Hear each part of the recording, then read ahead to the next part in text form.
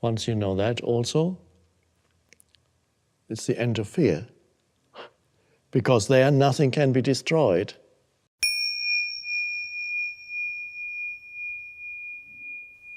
So it's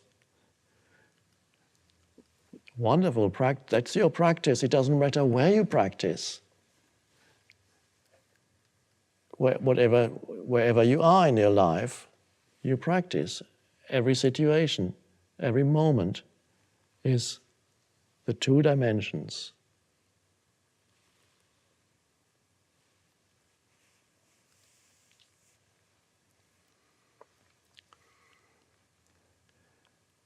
And that's the end of fear comes with that. Fear being a normal human condition for most people, sometimes buried under something else. Fear in its many manifestations, nervousness, tension, anxiety, anger really comes out of fear. Stress really is a form of fear.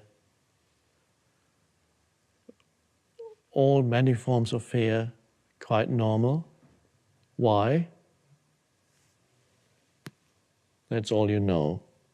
That's fear. You don't know that. Once you know that also, it's the end of fear. Because there nothing can be destroyed. That's why the Course in Miracles starts, which is all you need to know, the prologue, the first, before it all starts. It says this course can be summarized in the following words. Nothing real can be threatened. Nothing unreal exists. Herein lies the peace of God. Nothing real can be threatened, and that is here, because nothing unreal ultimately exists in the world of form. The form is ultimately not real in itself. Nothing unreal exists.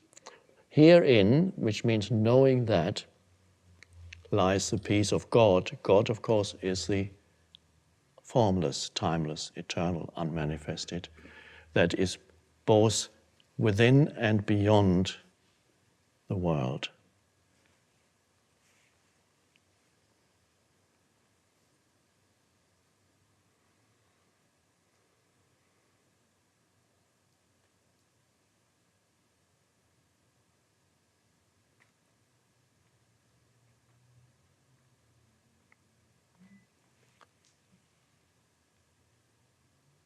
Some of you, as I mentioned earlier, are able to step out of their mind, and you can practice that through a conscious choice. Be present. Nothing to think about right now, just be present. Wow. You don't carry your history with you when you're present.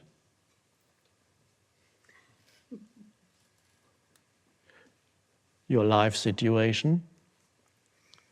I use that word in Power of Now, very important. Your life situation, everybody has one. Past, future, relationships, job, health, finances, where you live, what happens to you, and all your life situation. You have a life, you're here with, you have a life situation, of course you do. But you also have, it's not that you have a life, you are life itself. And when your life situation is all you know about yourself, which is another way of putting, that's all you know, then you miss life. No, you're very good at dealing with your life situation, but you miss life. You do all the right things, but it never really gets you anywhere because you missed life. Life is now, and life is not in the doing. Life is in the being, now.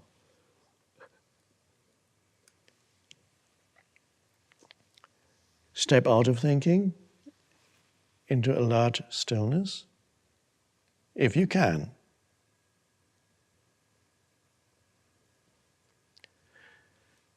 And also, another way is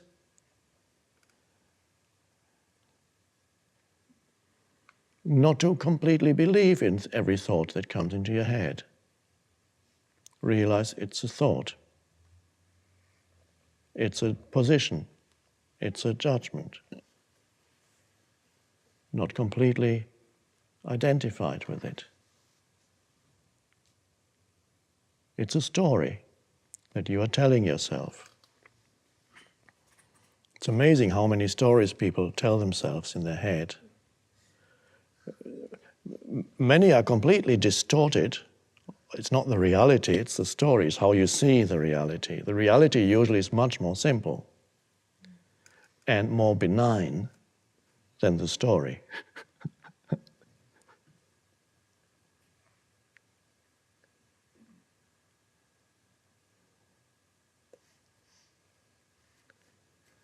One of the early lessons in A Course in Miracles says you're supposed to look at things around you in the room and say, nothing that I see in this room means anything. This table doesn't mean anything. This glass doesn't mean anything. This hand doesn't mean anything. This floor doesn't mean anything.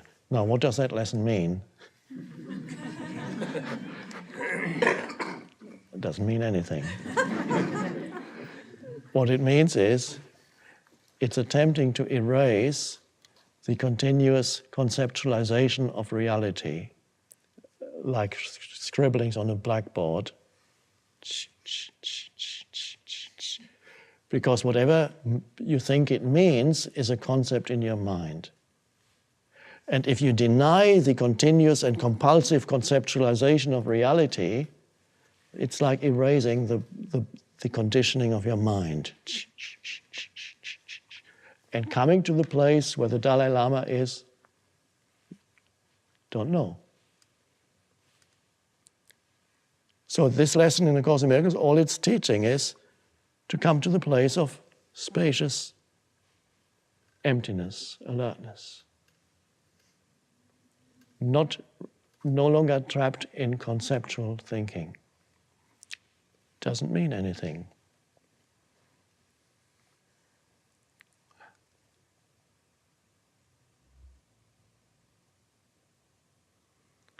And of course, that's another, you're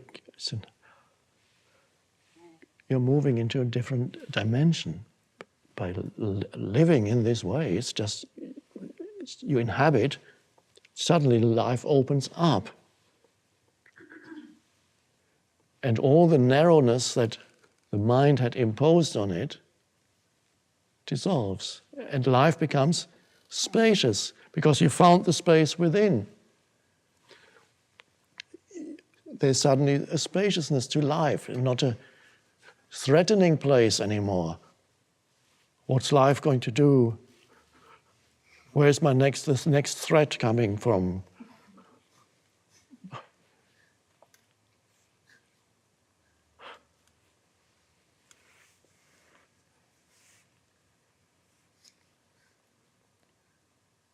And again, the same thing, for example,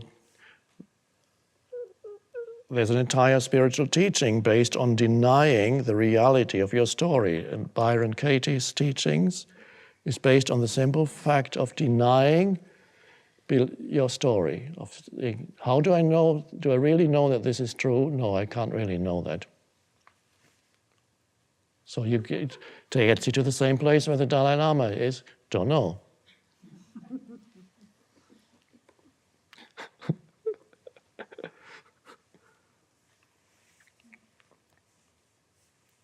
So it's a wonderful thing if you can enter that not knowing, and then, but it's only not knowing from the viewpoint of the conceptual mind.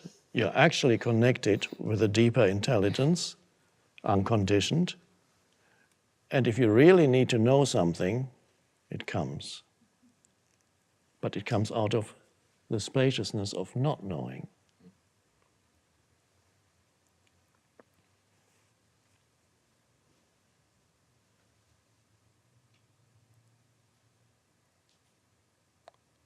Well, it's a little bit like jumping off a cliff and then seeing if you can fly.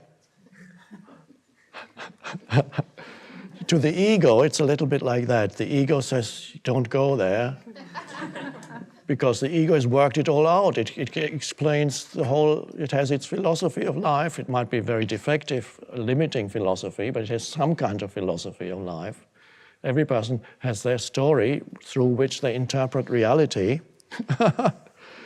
And usually it's not a pleasant work of fiction. But at least you think you know. It gives you some illusory foothold.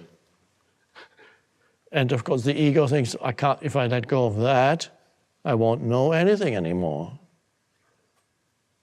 Which in a way is true, but not completely true.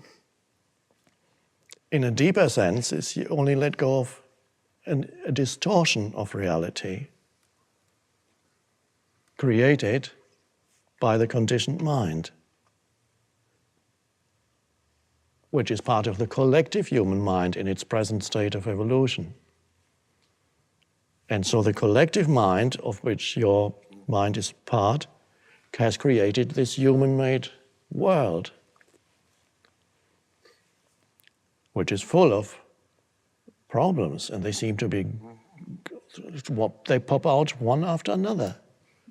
When you think one thing is better now, suddenly, oh God, now it's the economy, and then it's that, and then it's that. Another war.